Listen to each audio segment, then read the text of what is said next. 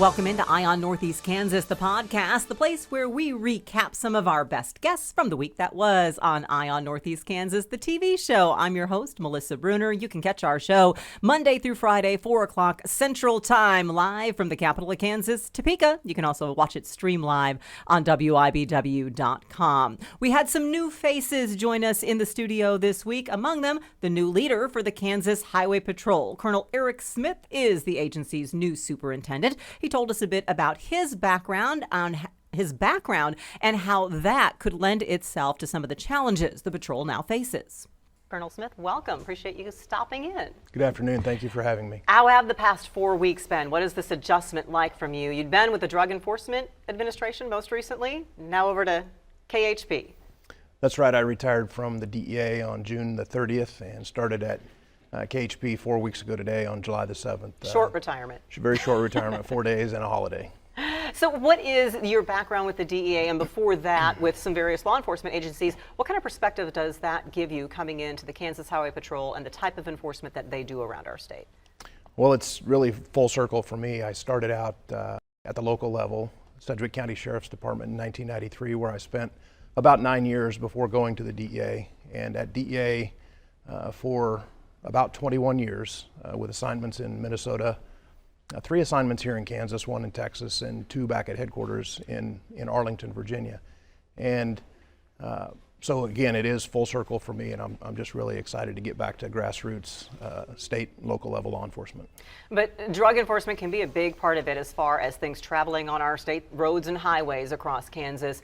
Fentanyl's been a big topic. You are the KHP is part of the task force that's been formed. How will your background with the DEA assist in maybe some new strategies or plans, if you have any, for how the KHP might tackle that issue? Well, there's no question that as I left DEA last month, fentanyl was the biggest public safety threat and health crisis I think that's facing America today. 107,000 plus American lives were lost to the fentanyl crisis, to this poisoning of our citizens. And so I do bring that perspective with me, and shortly after I arrived, I got involved in a partnership with Director Mativi at the KBI, where they're leading investigations into fentanyl trafficking organizations. Our role in that partnership is really targeting transportation modalities. This poison, fentanyl, and the precursor chemicals that are used to produce counterfeit pills, it's not produced in Kansas. It's smuggled into Kansas and through Kansas. And one of the things that the Kansas Highway Patrol is very adept at is criminal interdiction. So we want to bring our interdiction abilities to bear in this partnership. What other priorities do you have for the agency? I've got a lot of things that are top of mind right now. First and foremost is listening and learning. It's a priority to me to listen to the rank and file, to listen to the concerns that they have. Their concerns are my concerns. But beyond that, I want to make peace with the past, and I want to take the KHP into the future. There are a lot of very passionate, talented people working at the agency, and I think just focusing on how we can deliver our core services to the citizens of Kansas, service, courtesy, and protection, that's my primary goal. Making peace with the past, a reference, of course. It's no secret that there's been turmoil that has surrounded the prior administrations before you came in. How do you work, or how do you plan to take steps to rectify maybe some concerns, whether people out there feel they were legitimate or not? How do you take steps to rectify that and improve morale that anecdotally we've been hearing has been down across KHP?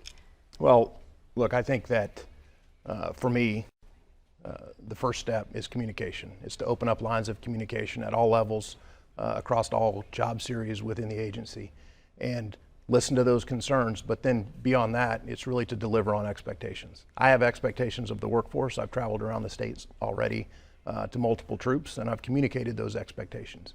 At the same time, they have expectations of me, and I intend to deliver on those. How many troops do we need? Are we short-staffed at KHP? How do we improve recruitment? It's been a concern for a lot of law enforcement agencies, no exception KHP. We've heard that among leadership as well.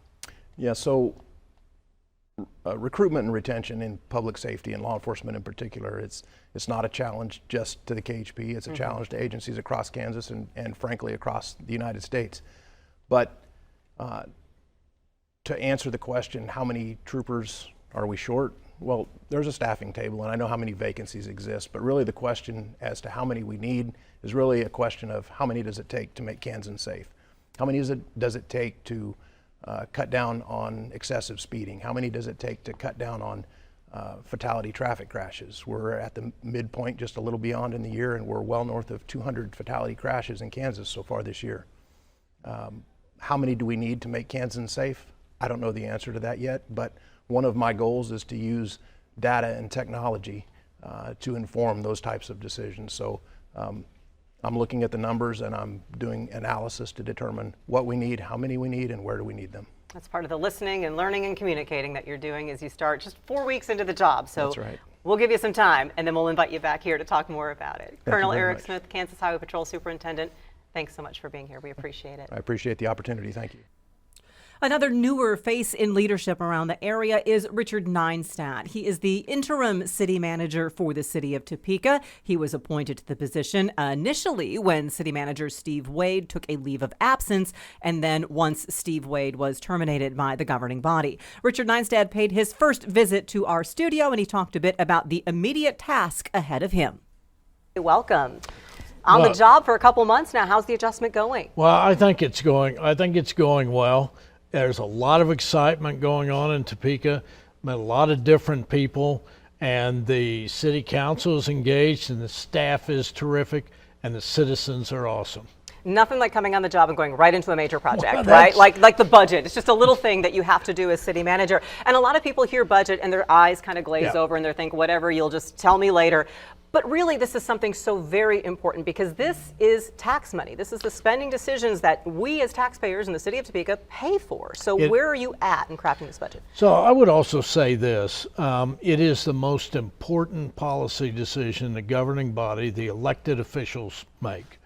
And that's because it sets the tone for what's going to happen the next year and even several years down the road.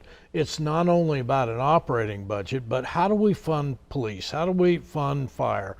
How do we fund capital improvements? You know, those always needing streets that need to be repaired. Where do we put that money? So that's what's important about the budget. And the process we're at is we're just now working through individual budgets with the elected officials. In a couple of weeks, you'll see us the next 3 meetings discuss that. And then we'll have our budget hearings in September. And the public can comment at any meeting on the budget. The public can actually comment on anything during public comments. So if you don't want to wait till we get to the actual budget hearing, you can always reach out to staff members, you can email, you can call, or you can come to a city council meeting and have, I believe, 5 minutes at the dais to ask your question. What are some of the increases we're seeing this year that are kind of unavoidable? Well, some of the increases you're seeing will be in health insurance. It will be in staff cost. I was in a discussion this morning. Remember, we're represented by 7 unions and other employees, and we're talking about next year. But just think about inflation in your own household budget. Inflation affects the city as well. Cost of oil, cost of supplies, cost of commodities. And so we have to budget for that also. Are there any cuts you're proposing to make up for some of those increases? At this point, yes, there will be some cuts. We'll lay out the first budget. That will be the dream budget, what I would call the dream budget. And then the city council will say, well, here's where we really want to be. And then staff will go back, or the city manager will go back and make some internal cuts so that we can get to where the council wants to be. Anything you're looking at to trim right now that people would notice? Well, yeah, there are, and it could be in services, but nothing drastic, because this is a relatively good year. I would take a look at personnel first. Now, what I would do is take a look at where we don't have any spots filled, or we've had some that aren't filled, or some that have been created that we don't need. So nothing that people would lose their jobs, but perhaps something you've been doing without quite some time. Yes. The preliminary budget proposal did include this extra money to address the homelessness issue with nothing specific. I believe it was either $500,000 or $1 million. Is that still going to be in there, and will we get more specific during the process? We will. Melissa, it is in the budget. I'm the person that actually suggested you put $1 million in there for homelessness to be determined later by the governing body. And you're going to see that shift during the discussion of whether we have some in this year, whether we have some in next year. And I want to assure our taxpayers, we are not going into the homeless business. We have many organizations in town that have much contact with the homeless, and they're doing their job better than what we are. My thought is that we budget that money, and when we know what the number is, we contract with those organizations for specific services. Well, there is a public hearing coming up, any city council meeting, but there's also this engagement session that's coming up Thursday, August 17th from 5:30 to 7 at the Topeka and Shawnee County Public Library. And this would be a place you can go and get a good start to ask some questions, get a look at those areas that you've been talking about. Again, August 17th, and then the public hearing coming up in September, and finalizing the budget in September as well. Yes. Very important to pay attention to. Richard Nienstedt, thanks for being here. I appreciate being here. Thank you. This is my first time. Well, here you are. Yeah, You've been on the red love seat, the red couch. And the whole Nienstedt clan is watching. So well, hello there you to go. all of them. We appreciate you being here, and we look forward to visiting with you as this process continues. Thank you. The Greater Topeka Partnership CEO Matt Pivarnik has been in his position for a while, but it's been a bit since he's been in our studio, so he paid a visit, and we chatted about one issue that he says he's been seeing around the area lately. How do we accomplish unity? And Matt, you said this is kind of a little bit of a trend you've noticed. There have been some very tough issues the city's been addressing lately, and that kind of can trickle down. So what have you noticed, and what do you want to do about it? Well, I mean, there are a lot of tough issues. We can just name them. I mean, talk about Heartland Park and NHRA and Topeka Hotel and homelessness. I mean, just the list goes on. Right. The secret sauce in Topeka has always been, and for the last, I'd say 8 to 10 years, is unity. We've all been in this together. And so right now, I think that I'm kind of putting a call out for more unity because I think that we have to be unified and we have to be on Team Topeka before we can solve some of these bigger issues. Homelessness is a really tough one, and we've been seeing it play out in terms of a safety discussion, in terms of where should people be allowed to be, not be allowed to be. The Topeka Housing Authority has a waiting list, so even if they could help, they don't have the resources to help. There's just not stuff there. They had a meeting today, or we're going to be covering it on our news later today. Our reporter, Madison Bigley, came back and said there are a lot of people, a lot of strong opinions. Yeah. So how do we get past that divisiveness and encourage people to say, okay, we know you have this, we respect that, but let's meet in the middle? Yeah, it might be meeting in the middle. It might be actually disagreeing, but at the same time, we can disagree, we can be kind, we can be nice, we can agree to disagree, but we have to be on the same team. I do not attempt to try to solve that issue because I'm not qualified to do that. It's so complex. And I would say if you talk to about 100 different people, I bet you get 100 different opinions on how to solve the issue of the unsheltered and homelessness. Why is this issue important when it comes to what you do in attracting new businesses to the community? Well, I mean, that's one of the things, quality of life, safety, things like that. I will just say this, I look at everything through the lens of children, right? So everything we do at the Greater Topeka Partnership, 100% needs to support creating economic prosperity and great futures for children. And so we just need to ask ourselves, if we are having issues with homelessness, is that good for kids? Is that good for the future of kids? But at the same time, having empathy and having compassion for people that are going through mental health issues, drug abuse issues, things like that. It really is a very complex issue. There's also some divisiveness when it comes to the issue of Hotel Topeka and the city's decision to go ahead and purchase it with hopes of being able to control what happens to it in the future. Visit Topeka, which falls under GTP's umbrella, has been supportive of that decision. Why? What do you feel people are missing when they've been very vocally opposed to that action? Yeah, I actually appreciate the city stepping up and having the courage to buy that asset, to make sure that it stays in good hands. Because we've had a history of other people buying assets and those turning into blight. We knocked one down not long ago in White Lakes Mall. And we don't want that hotel to become the next White Lake. So the fact that our city stepped up and said, we are going to control the future of this asset and this property, as opposed to letting somebody from the outside come in and purchase it and maybe turn it into blight. I applaud them for that, and I thank them for being courageous, and I know they're taking some hits on it. One way to have people or to promote unity in a community is to make sure everybody feels appreciated and valued and respected, and that we celebrate the diversity that our community has. How has GTP stepped up to do that recently? We've got some new events. We do, and they're really not our events. They're just events that we get to support, both financially, both with marketing. I've gotten to a point in my life where I look around when I'm in a room, and if everybody looks like me, I'm immediately uncomfortable. And I love the culture that we have in our community. So having things like Fiesta Topeka, For the Culture, and even tomorrow evening, you guys have highlighted a little bit India Mela. Those are fantastic. And they're ways to go out and celebrate the culture that we have in Topeka. And at the same time, network, try some different foods, things like that. But Food's very important. It really is heartening to see these events happen and then happen in downtown. I was going to say, why is it important that they're downtown and not segmented to just maybe a particular area of the community? Because downtown belongs to everybody. It's the front porch of the house of our community. And so everybody needs to know that that is their downtown. They're welcome there. It is their downtown. And so it's celebrating all in the same place and together. I think it's shown some communities. I think there are communities in Topeka that maybe 5-6 years ago did not feel downtown was for them. I don't think they feel that way anymore. Unity is kind of an abstract concept. I appreciate you coming and letting us know how GTP is working. Thanks for having me. Thanks, Matt. Well, one issue that everybody has been rallying around lately is just how much more everything costs, and that has certainly been magnified during back to school season as families cope with those expenses. Kansas has a new program this year. It's called KEEP, the Kansas Education Enhancement Program. It could have some free money in store, and $1,000 per student is just how much for families that qualify. I talked to the program's coordinator about what's involved.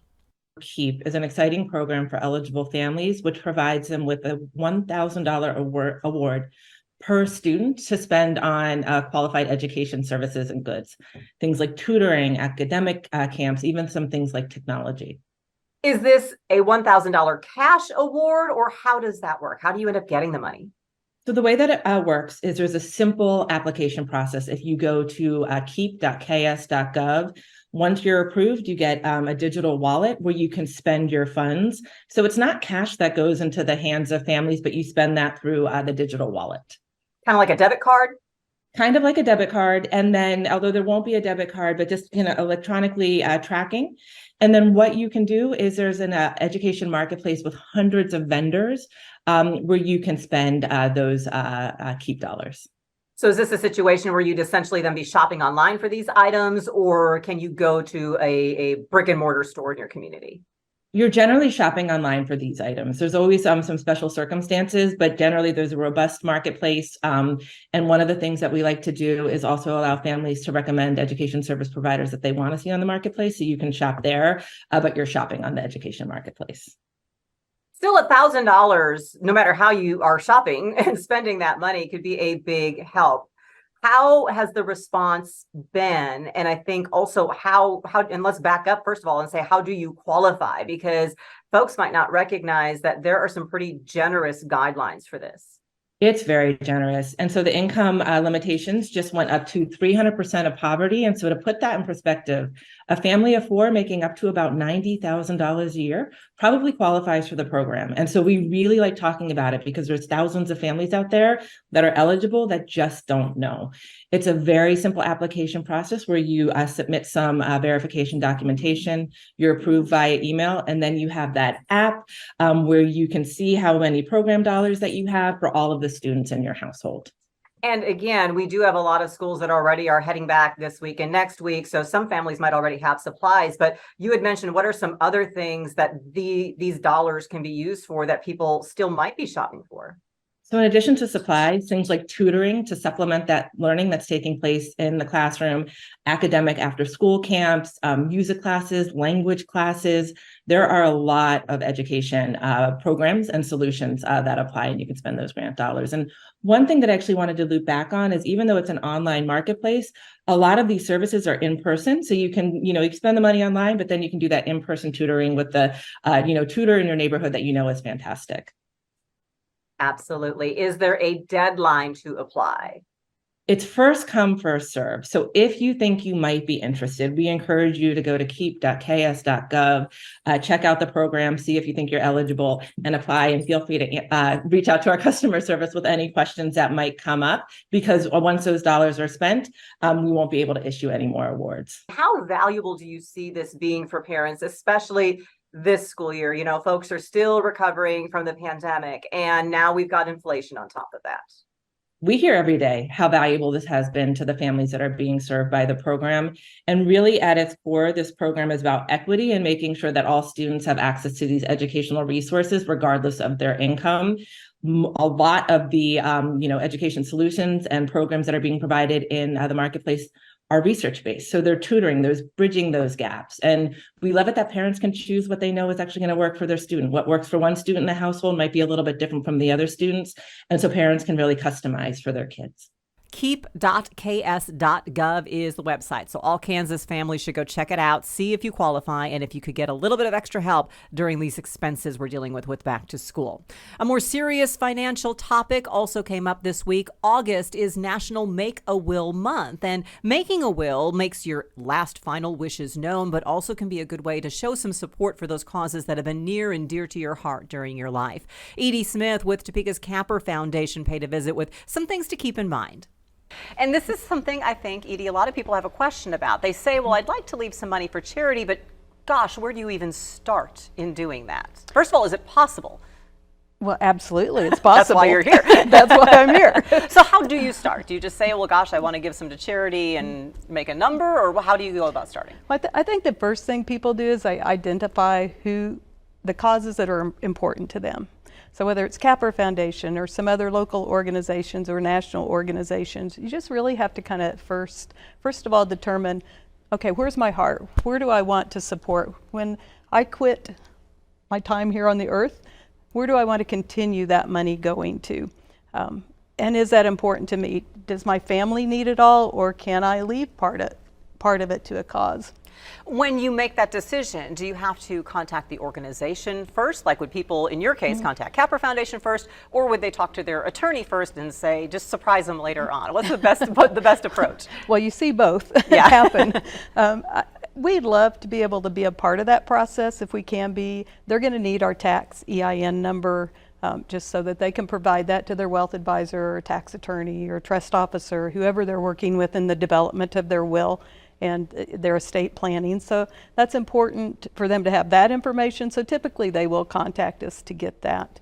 And it's wonderful for us to be able to know that and kind of have that in the back of our mind that someday we're going to have that funding to be able to continue and sustain our organization. But a lot of people do keep it private, and I totally get that.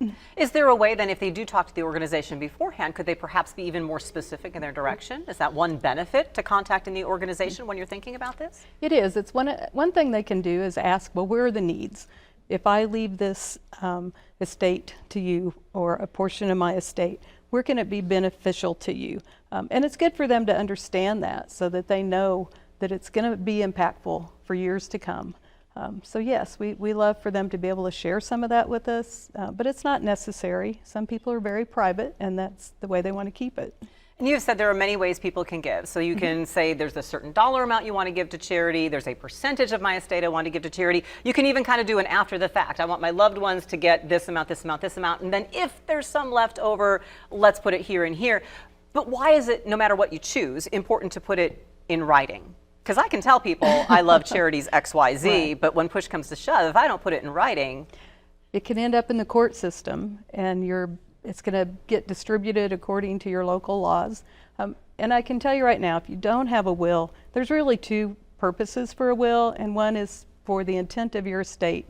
You are directing that, so you're able to share how you want everything divided. But secondly, to protect your family, because if it goes into the court system, it could be there for years and get very expensive if they have to start bringing attorneys in to represent the family on the division of things. How soon should we start thinking about this? Now. That's why this is. The beauty of it is you can always change your mind, Right, right? If you I can make a always decision when I'm change it. 20, I can change that decision when I'm 30, 40, Yes. 50, or far beyond. So really, this is a month that we're just trying to build awareness. If you don't have a will, let's create one. If you have one and it's time to update it, which is something my husband and I are in the process of doing right now, that is a great time to get it top of mind, because once we get into the holiday season, yeah, that's the last thing Gets we very think busy. about. Does it have to cost a lot of money to make a will? It does not. It depends on how deep you want to get with that. But I do advise people get professional advice on that. There are some sites like Free Will if you want to go online. If it's going to be very, very simple, you could possibly use something like that. But I do prefer that you, just to protect yourself and protect your family, get professional advice from someone who can do that, help you with it. What's that old saying? You can't take it with you. You can't take it with you. So tell people where Yeah. you want it to go Yeah. when you are gone. And I don't care what age you are. You could be 18 right now, and it's something to think about, because we don't know. So we're Sad but true. seeing a lot of wealth transfer from the boomer age to their kids and grandkids. And so with that in mind, they want to protect that as well. So it's very important. Very good advice, a good Yes. reminder to all of us. If you're interested in learning about Capper Foundation specifically, just email Edie Smith at capper.org, or another organization, contact your favorite charity and let them know that you'd like to remember them as well. We want to wrap up with some serious fun. The Police Athletic League for Topeka and Shawnee County is about to get started. This is fun for young people, getting them involved in activities, but there's a serious purpose behind it as well. Some of our local PAL volunteers, Topeka Police Sergeant Bill Lister was here, along with Shawnee County Sheriff's Deputy Abigail Christian and the PAL board member Marcus Miller, to tell us why this is such a near and dear and important activity that they take part in. Welcome to all of you. And this is really, it captures the partnership that's going on here. Law enforcement working together, volunteers working together. Marcus, what is the Police Athletic League all about? Well, it's about providing opportunities for kids through a number of different sports. We're able to provide a cheap way for kids to stay active. And one of the ways we're doing that right now is through the flag football. Flag football signups are underway. Abigail, what are you looking for teams? Do you need a team? You just sign up on your own? How does all that work? You can do either one. We take individual registrations as well as team registrations. It's all done on our website. You pay through there.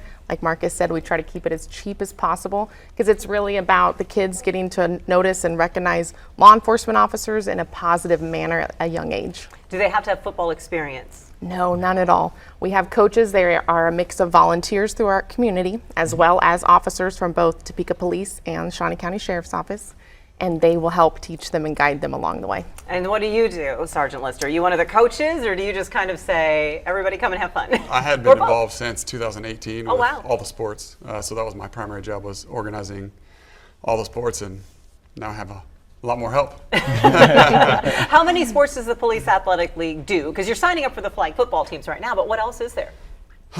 We had disc golf, we had softball, baseball, boxing, kickball, chess club, lots of different things. And Abigail touched on this, but as you have worked with the kids, what kind of relationship do you see developing, and how does that really lay a groundwork for the future? I mean, I go out in public a lot, and I see a lot of kids that I've coached or been involved with. So it's really setting up those relationships with kids and just continuing that in the future. As a volunteer, Marcus, how do you see that being a positive benefit to the community and to the kids? I think positive interaction with any groups within the community are good. But when we have such a society that looks at law enforcement in a certain limelight, and they don't have good interactions with them, then they're not able to understand the people that are behind the badge. When you think you just see a badge, you think you see a bad person. This is not. There's good people that are law enforcement. And this is one of the ways for people to be able to understand that. Starting those relationships Absolutely. young. Abigail, what ages are we looking at for the flag football team, and how do people go about participating if they'd like? We do flag football for kindergarten through 6th graders. We typically put those into 2 different categories. So we have kindergarten through 3rd grade, and then 4th through 6th grade will compete against each other. You don't have the kindergartners facing off against the 6th graders. That would be a little difficult. Right. What about volunteers? How much do you rely on them, and do you still need volunteers to get involved with the various teams? Yes, absolutely. We are constantly looking for volunteers for flag football and also for our board. Our board's made up of community members as well as law enforcement officers. So anyone that's interested in just supporting those relationships between kids and law enforcement, We are always looking for more members. They can contact us. We have a website, paltopeka.org, and we're also on Facebook, Instagram, and Twitter. And what has it been like for you to see some of those relationships developed, and maybe the changing reactions from the kids from the very first day they come in, maybe as new members of the league, to when you finish up that season? I love the first day when all the kids are a little timid and scared. You know, you see us in these uniforms and we're big and scary, and then by the end everyone's dabbing and high-fiving and just having a good time. Is that your coaching uniform as well? Sometimes it is, yes. Yeah, really? Yeah. So how does that help for them to see you on a football sideline in a police uniform? It's just a different interaction. Like Marcus said, we're all people behind the badge, and we're not like working, you know, we're just doing a different role in the community. And having fun. And Marcus, you keep this affordable. Why is that so vital? Absolutely, because I mean, we want to be able to have it to everybody. You know, you want to be everyone to have access to it. As you see right there, $25, and if you're a Boys and Girls Club kid, you get it for $15. So more opportunity for them as well. paltopeka.org is the place to go to register or get more information. There's a phone number there that I'll also put on WIBW.com as well if you have any questions. The games take place at the Boys and Girls Club's Adams Club, so another partnership with the Boys and Girls Club as well. I don't know who has more fun, if it's the law enforcement officers or the kids. Probably a toss-up because both have a great time when they take part in the Police Athletic League. It was a busy week in the studio at 4, so if you want to see the video from any of these segments as well as all the other guests we welcomed through the doors, you can find them on WIBW.com. I also post them on my Facebook page, WIBW Melissa Bruner, and you can find them in our WIBW 13 News YouTube channel. Be sure to click subscribe while you're there as well. A lot of other great content that you see on WIBW TV. That does it for this week's Eye on Northeast Kansas podcast. Remember, you can catch it streaming live 4 o'clock Central Time, Monday through Friday on WIBW.com. Till next time, we'll see you on the Red Couch.